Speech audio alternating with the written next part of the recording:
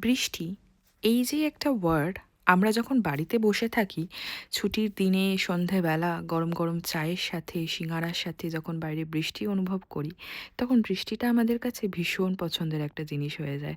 আবার সেই বৃষ্টিটাই যখন আমরা কোথাও ঘুরতে যাই, কাজে যাই, স্কুলে যাই, আর সেই বৃষ্টিটা যখন হঠাৎ করে চলে আসে সেটাই কিন্তু ভীষণ মানে ভীষণ বিরক্তিকর একটা ব্যাপার হয়ে যায়। সেরকমই আজকে আমাদের বার্সেলোনার শেষ দিনে এই বৃষ্টি দিয়েই শুরু হলো।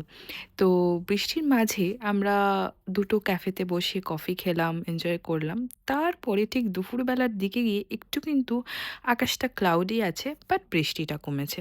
এখন ভালো লাগছে।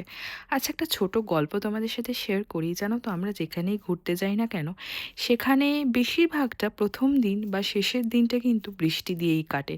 এই যেরকম লাস্ট ইয়ার আমস্টারডাম গেছিলাম, ঠিক ১ম দিনটা বৃষ্টি হয়েছিল। না, ১ম দিন না, শেষের দিনটা বৃষ্টি হয়েছিল।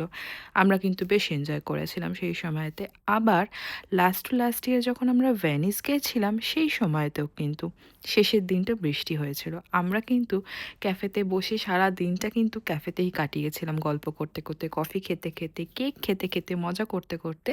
তারপরে রাতের ফ্লাইট ধরে আমরা আবার ফিরি। আচ্ছা, সবশেষে একটা কথা কিন্তু এবার বলতে হয়। এখন যাচ্ছি আমরা এয়ারপোর্টের উদ্দেশ্যে, তবু একটা কথা বলে যাচ্ছি যে না, আজকের দিনটা কিন্তু ভালো ছিল। কিছু সময় এরকম বৃষ্টির মধ্যে নিজের পার্টনারের সাথে এরকম সময় কাটানোটাও খুব দরকার। চলো, টাটা।